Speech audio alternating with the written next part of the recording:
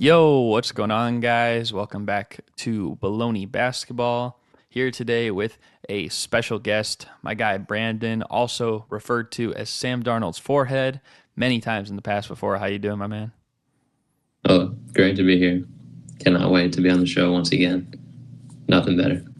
Love the enthusiasm. I see you got that Kings jersey on. Who you repping today? This is actually a customized one for a league I was in back in middle school. Ooh, So it's got my name. I like that. I like that. I have a custom jersey myself, but it probably doesn't fit me anymore because it was so long ago. Yeah, But I yeah, got a big. yeah, but we got a lot of stuff we're going to talk about today. Think the first thing we'll start with though is this whole situation with the Wizards and Jordan Poole because there's already speculation, there's rumors that the Wizards are not buying Jordan Poole as their guy. I mean, we're only like a month into the season, a month into this experiment.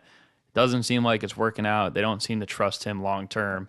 So like I guess what I'll ask you is like what do you think another trade this soon would say about Jordan Poole? I mean, I don't think Jordan Poole can go anywhere and look like a star. So he's in a place right now where he's kind of forced to be the guy or one of the guys, and that just doesn't seem like something he can do. I've been saying that my 2K team is kind of the Wizards because we got Jordan Poole just throwing up threes. We got Kyle Kuzma throwing up threes. So really, I think that he's just not that guy. And maybe if he went to be a role player on another team, maybe he could get his some respect from the league again. But right now, I don't think it's a good spot for him. Yeah, and I think it was either Shams or Woj. I think right before we started recording, I think they also said like Tyus Jones and Danilo Gallinari could be up for trade potentially. But I feel like those guys make sense because it's not like you're building around them, and it's not like they probably were seen as rentals anyways. But Jordan Poole, it's like I think a lot of people thought, okay, him and Kuzma, like this is going to be the duo, and Kuzma's played well. Jordan Poole, not so much. I know he had a good game the other night, but that was probably his only like really spectacular game so far this season. Last time he had one like that was probably that preseason game where he went like bananas. But I don't know. I feel like another trade this soon about Jordan Poole, like what it would say about him is that it's just not like it's never a good look. I feel like it would almost put him in the category of like almost like a what D'Angelo Russell was going through for a moment there, like when he went from Lakers to Nets to the Warriors to the Timberwolves. And I mean, now he's, with the Lakers, it seems like things are going well. But there was like a time where it felt like every year or every other half year he was on another team. And it seems like that might be like what could transpire with Jordan Poole if he got traded again like this quick. I don't know if you think maybe the same or no. Yeah, I mean, he got paid so much, so it's like, what team could take him and his salary at this point? Unless the Wizards are paying off a chunk. So who knows what's gonna happen with his career? But I think we know that he's not going to be a star anywhere. Yeah, I mean, at least he has a championship, which he did say that the championship to like he's playing without pressure, and maybe he needs to play with some pressure, 'cause Maybe he's just having fun out there. yeah, it is he is too much fun, and you can tell. I think you can tell because like I mean like I'm a Bulls fan, and yeah, we try to win. We're just so horrible we can't win. But like the Wizards, it's like it almost feels like they're trying to throw games at the end. Yeah, So I agree. You can see Danny's looking frustrated out there because the rest of his team is just such a mess. yeah, free Denny. Um, but yeah, okay. If you want though, we can move on here. We can talk about the next topic, which is there's been a couple teams specifically in the Western Conference that have been absolutely cooking lately. Two teams that have each won more than six straight games in a row recently. The Oklahoma City Thunder and the Sacramento Kings. Now the Sacramento Kings, as you're repping today, they were a playoff team last year. They were the third seed. They gave the Warriors a run for their money in the playoffs.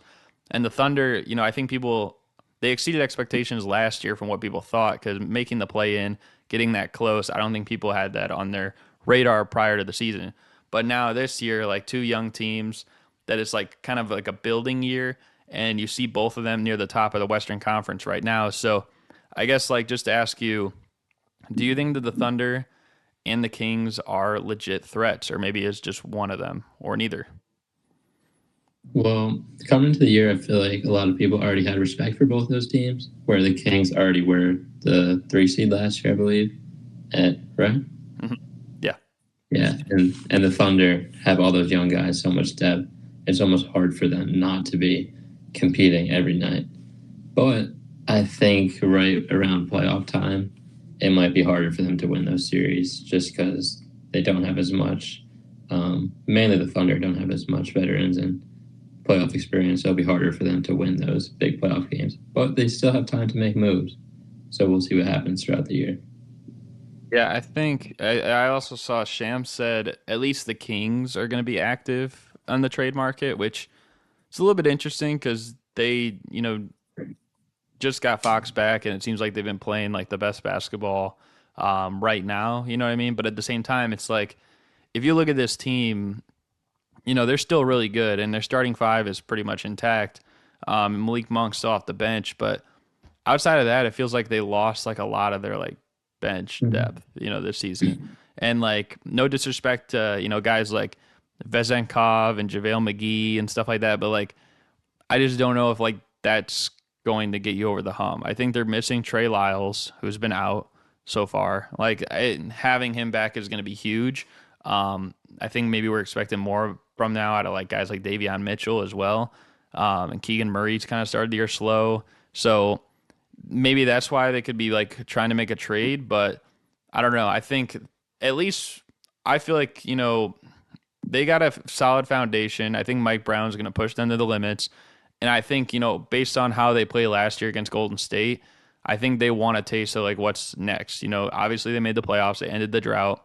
They want to see like what it's like to win a playoff series now and then maybe take it another step the next year. Like I feel like there's always trying to improve. And then for the Thunder, I said before this year I thought the Thunder were going to be a top 4 seed. I thought they were going to have that breakout like you saw it at Memphis a couple years ago, or like Denver before them, or maybe a little bit similar to like what the Kings did last year, but kind of just like a young team that's like finally getting over the hump.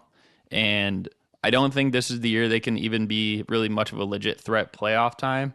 I think they'll have a solid record. They'll definitely get in there, but I think it's going to be next year and the years after that it's going to come over for the Thunder. But I think the Kings, they've played well against some of the top teams so far, so I think they could make some noise. Yeah, I agree. For the Kings, they have 2 legit all-stars, so they really just need those depth pieces to really win them those playoff games. Yeah, they need Keegan Murray and Kevin Herter especially to be like more confident shooting because Right. I think Mike Brown's got on Keegan Murray a lot specifically this year just because he just hasn't like looked the same, like, you know what I mean? So Yeah.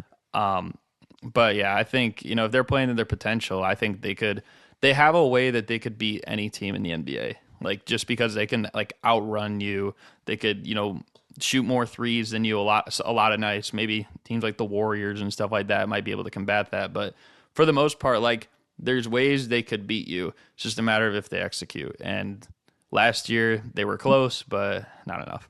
I don't know if you wanted me to say anything more on that or you want to move on. Yeah, I agree with what you said. Move on. Alrighty. So we can talk about the next topic, which this team is not looking as hot as the Kings or the Thunder, and that is the Detroit Pistons, who they've lost 12 straight games, not looking good. Last time they won a game was against my Bulls.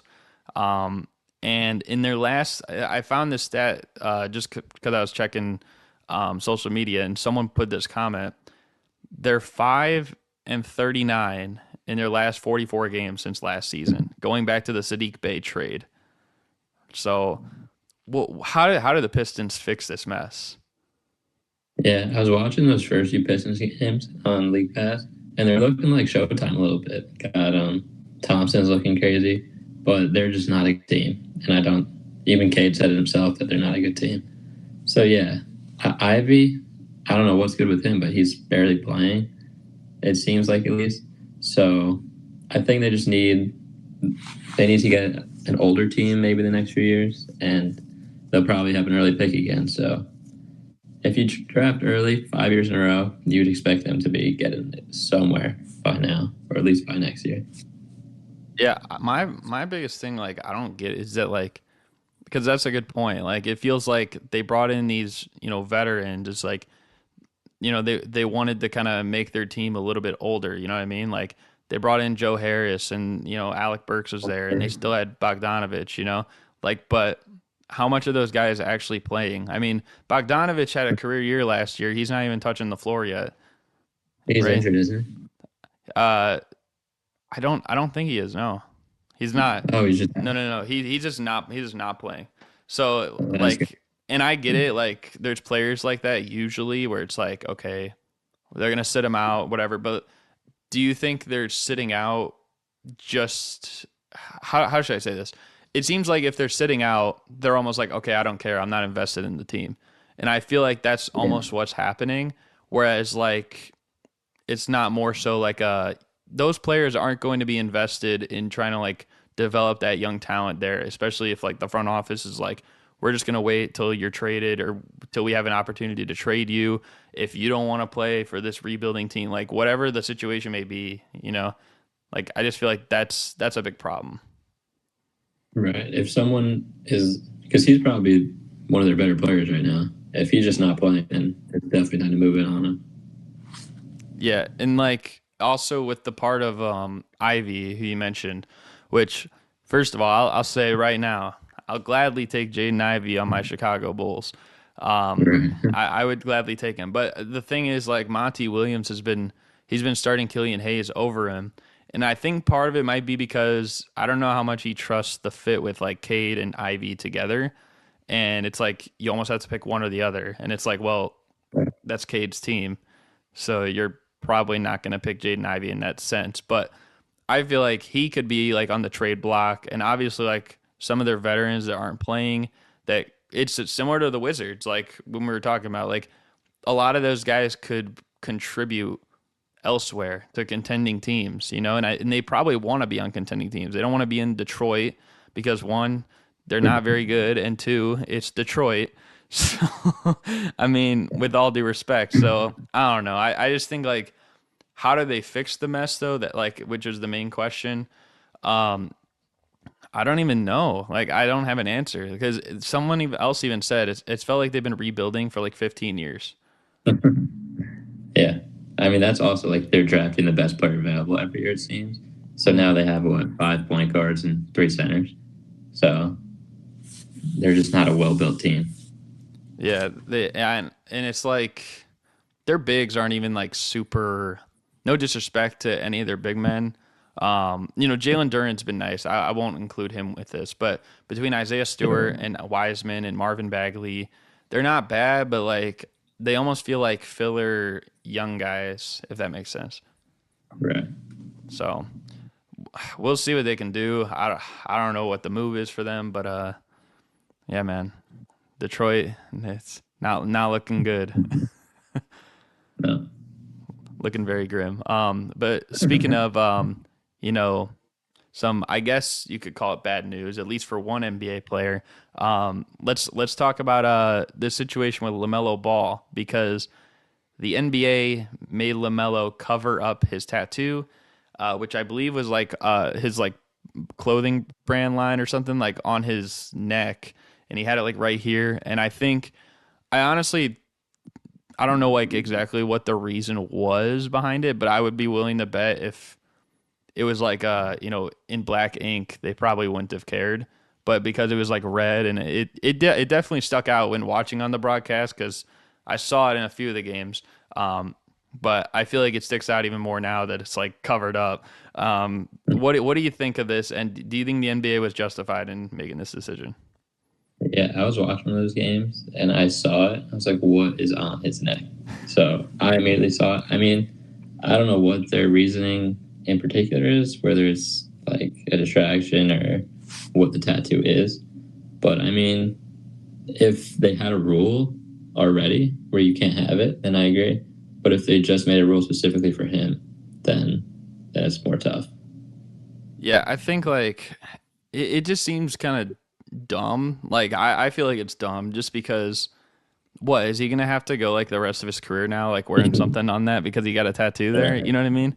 Like I feel like that's like, and it's not like he's in a like a LeBron situation where it's like, okay, he's near the end of his career, or like a Chris Paul situation. Like, no, he's like what, 22? Like he's got probably 16 more years left if he stays healthy. So Right.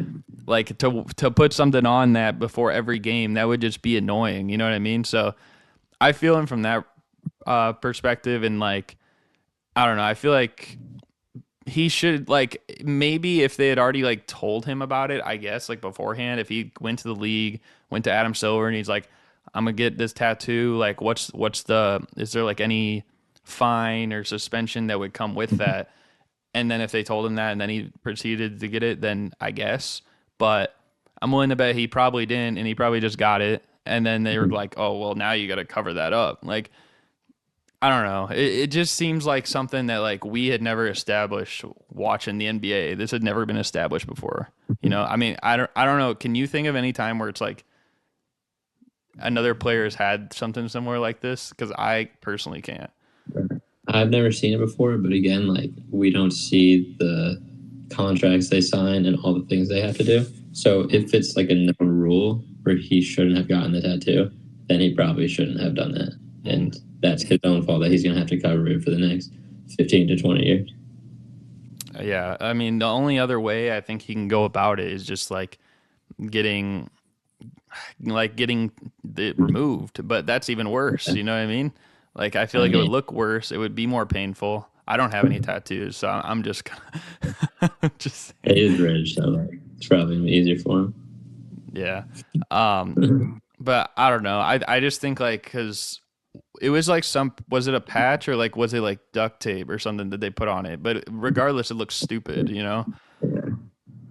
I mean, it didn't look much better with the giant, was it red blob? Yeah, like it was like in the, I think the one game like the tape was like blue or something like that they had to Yeah. put on. I'm like, I feel like that's even more noticeable now. So Right. I don't know. Just I think it's kind of weird. I get it, it stuck out, but I don't know if they needed to. I feel like Mhm. eventually they're probably gonna let him just rock his tattoo, but maybe like for the time being or something until they figure out like Yeah. something with that. Um, but I don't know. If you want though, we can move on here. We can talk about the next topic, which is the Golden State Warriors. And they did just win the other day against the Rockets, but man, do they look kind of horrible now. They started off the year, I think, like what, 6-1, and then they lost like six straight or something like that. You know, obviously Curry missed a couple games with injury. Draymond has the suspension going on. So, you know, Clay, I think he just dropped his first 20-point game of the season the other night. Like, what do you make of the Warriors, and like, do you think they're gonna recover? Like, because right now they're down bad. I mean, honestly, every year since Kevin Durant has left, I've said, yeah, they're probably going to fall off a cliff this season. They're getting old. They're getting more injured. And up until now, they've always been great. Like, they won another ring. Last year, they won another playoff series. So I'm not going to count them out yet because you never know what moves they're going to make. You never know when Clay is just going to start scoring 20s again. But right now, Clay looks not great, and it looks like the aging is maybe catching up to them, which I wouldn't mind. Yeah, I think a lot of us as NBA fans wouldn't mind just because of how much they've been up there like the last Yeah. 10 years. Um, but no, I agree. I don't think Clay is the same player. I know he wanted this to be like a comeback player or a comeback season for him, and it's just not going to be. Like I think this is a noticeable like regression season, if anything. And then at the same time, it's like you got Draymond, who I also see regressing day by day, year by year. You know, and you know Curry is still playing. You could argue maybe even a little better than he was like when he won MVP, but with those two guys also declining, and just the overall like you know their motto like when they first started like as a dynasty essentially was strength in numbers, and their numbers are very thin now. So and those numbers too, like you can't even count Clay and Draymond the same way as you once could. So when Yeah. you factor that in, and then you factor in that, I mean, no disrespect, but when you factor in guys like Corey Joseph and Dario Saric are getting big minutes on the bench on your team, you're not gonna win a championship. You're just not, you know. And they can make the playoffs for sure, but it's going to take a lot of health. It's going to take a lot of emphasis on just having the experience. You know what I mean? Like, I think in my predictions, like before the season, I had them going against OKC in the playoffs, and I think the Thunder is a higher seed.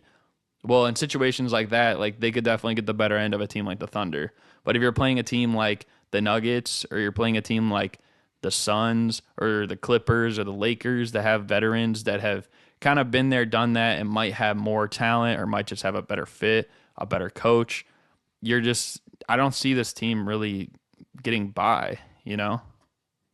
Yeah, I completely agree that they're probably looking like a playoff team, but will they go deep in the playoffs? I don't think so.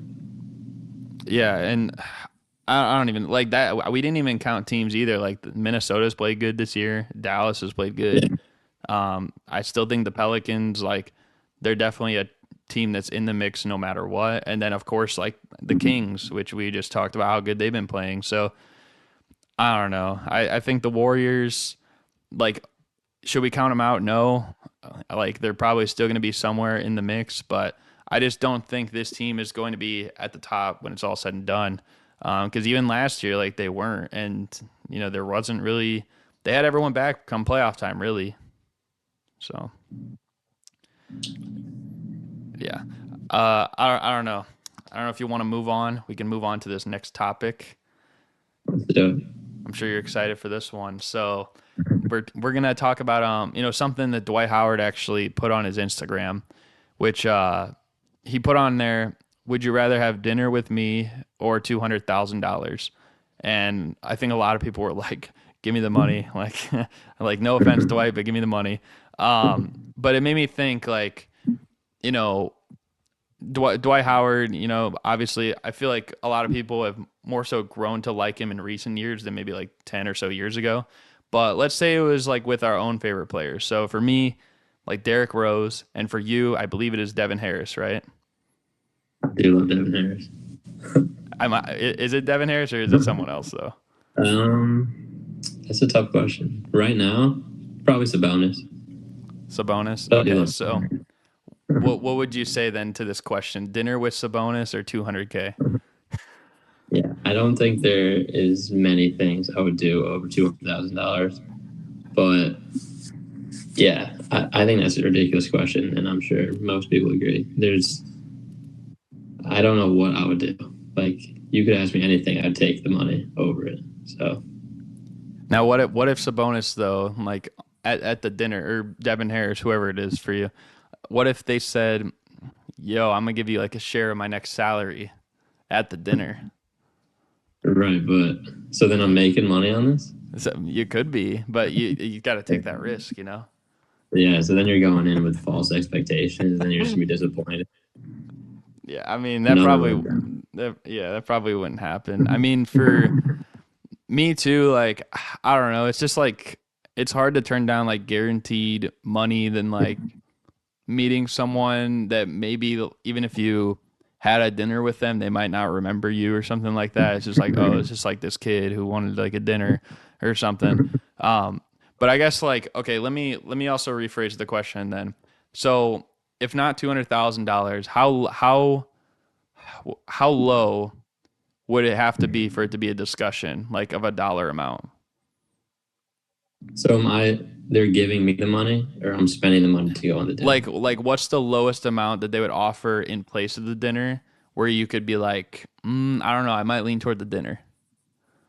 Um, Probably under 500, and I'll think about the dinner. I mean, There's nothing wrong with that. It's just funny because it's like I feel like someone like Dwight Howard like thought like the right. 200,000 was a realistic offer, like as opposed to just the dinner. But it's like, or over here like 500. Like I probably Yeah. like it probably wouldn't be a whole lot for me either, just because I'm not an NBA player. I don't make as much as them. So $200,000 like actually looks like $200,000 to me. It doesn't look like a grain of salt. So, Right. um, Right. If you're giving me like a date with, Olivia Rodrigo, then maybe a little more money I'd turn down. But for an NBA player, I don't think so. gosh. I feel like there's probably going to be like 4 Olivia Rodrigo fans that watch this, and they're going to be like, "Oh my gosh, he's just like me." Um, nah, I mean, I don't know. I don't know how low I'd go for with D Rose, because like D Rose is like the day I meet D Rose, that's the day I know I've made it. You know what I mean? Right. But it's also like, yeah, I don't know, man. It's too hard for me to answer. But regardless, I feel like from this question with the dinner or the 200,000, I would have to take the 200,000 because that's just so much money. Um, Yeah.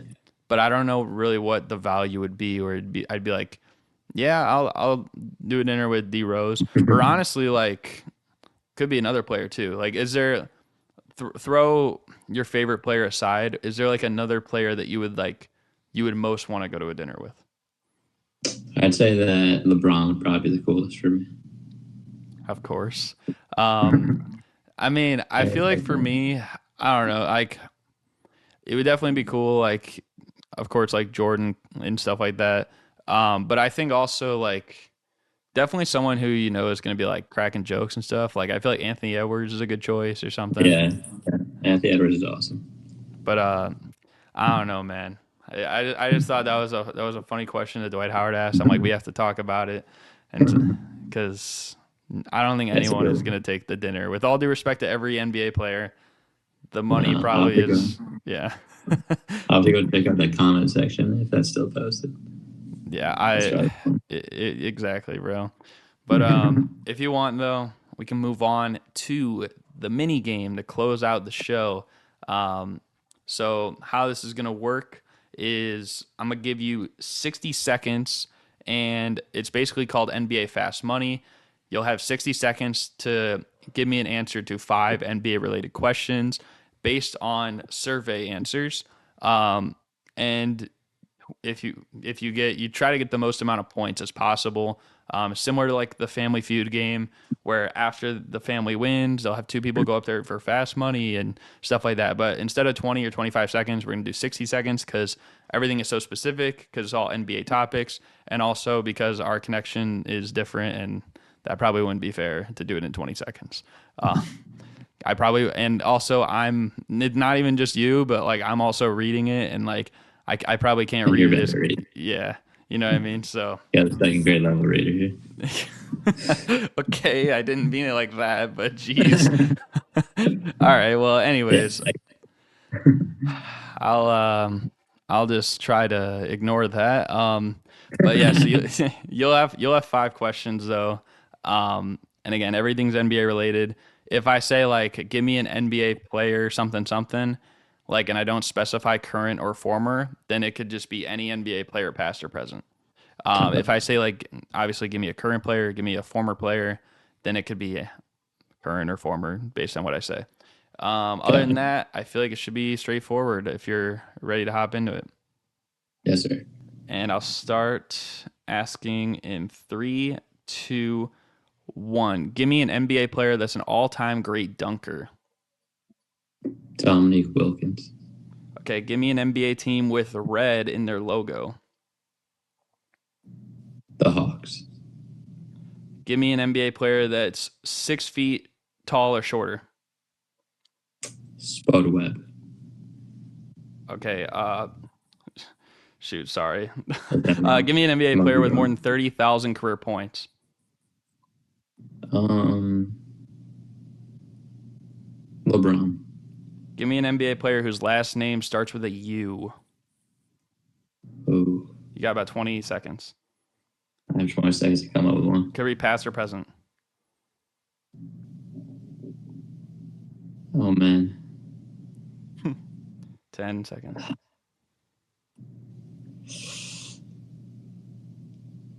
Uh, 3, 2, 1. oh There, man, you that ran was out of tough. time. Yeah, that was a tough one. That was a tough one. I'm still thinking. You're still thinking. I can't think of one. Dang. All right. Well, anyways, the first question. You can keep thinking of that though, but I'll reveal how you did. So the Okay. first question: give me an NBA player that's an all-time great dunker. You said Dominique Wilkins. Solid answer. That got you 18 points. I should have said Vince Carter. You should have said Vince Carter. That was the number one answer. And actually, the number two answer was Michael Jordan, which Makes sense. I would actually, I think when I did my dunker list, I put Dominique over Jordan, but obviously, Michael Jordan's big. Right. Um, so for give me an NBA team with red in their logo, this one had a lot of answers, but you said the Atlanta Hawks. That one got you 16 points, so you're at 34 right now. The top answer was my Bulls, Yeah, I was gonna say the Bulls right after. and the Heat were also up there. The Raptors were up there. Yeah. And then I think the Hawks were in the middle. Then it was Rockets, Cavs, Trailblazers. Okay, so third answer though, or third question, give me an NBA player that's 6 feet tall or shorter. You said Spud Webb. That wasn't bad. That was 11 points though. There That were was a, Muggsy Bogues. yeah, there were a lot of answers on this one too. Muggsy Bogues was 26 points. Then Isaiah Thomas was next. Then actually Nate Robinson was third. Then Spud Webb. Nate Um, Robinson. and then other guys were Calvin Murphy, Damon Stoudemire, Terrell Brandon, Ty Lawson, and JJ Barea. Also got some points. I love legend. Yeah, the legend Ty Lawson. Um, okay, and then the fourth one, give me an NBA player with more than 30,000 career points. You said LeBron, the all-time leading scorer. That got you 27 points, which is not too shabby. Michael Jordan did get more points on that one too, but he only got one more point. The other people that got points were Kobe, Kareem, Malone, Dirk, and Wilt. And actually, Dr. J qualifies, but only if you count the ABA. But no one said him anyways, so Hmm. fun fact. And so give me an NBA player whose last name starts with a U. I I will thought of ask you, him. have you thought of one? Tyler Eulis. Tyler Ulis. You know what? Is that his name? I'm gonna give you points. I'm gonna give you points for that one actually because that was on there. Um, Let's go. Normally, I'm feeling generous today. I'm gonna give you the five I points. need it. Nor you probably do need it. But that was on there. That was the last answer on there. The number one answer though was Wes Unseld. That would have got you a lot of I was points. thinking of that guy, and I couldn't think of his name. The other people I don't on there were know. Ime Udoka. He was next. Mhm. And then Bino Udre and Ekpe Udo and Tyler Ulis. Yeah, I don't feel bad about not getting one because those are tough. Yeah, those were kind of tough. I mean, Wes Unseld or Udoka probably would have been the Yeah, choice. Bino Udre actually got 17 points on this, so that was a good answer too. Um, but Tyler Ulis, I mean, he does spot qualify. on. So, all right. Well, overall though, you got 18 for Dominique, 16 for the Hawks.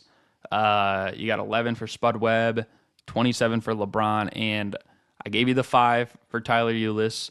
So that came out to a grand total of 77 points, which is not too shabby. Not too shabby. Could be worse. It could be worse. You could have not given me Tyler Ulis. I could have not Yeah, accepted the Tyler Ulis. my second answers were great though. I thought of Vince and the Bulls right after. Yeah, the second answers were good. Well, maybe next time you'll have to up the scale. You have to get a better than a 77. Yeah, that's my goal. But yeah, overall, I mean, still a W performance and a W episode. Glad you could join me on this one. Hopefully you guys enjoyed as well at home. You got anything else you want to say before we close this thing out? Thank you for having me. Hope everyone enjoyed, and it's a good time. Yes, sir. I'll have his stuff down below. You can check him out if you want, if you so please. But yeah, man. Again, hope you guys enjoyed. Thank you guys for watching, and we're out. Peace.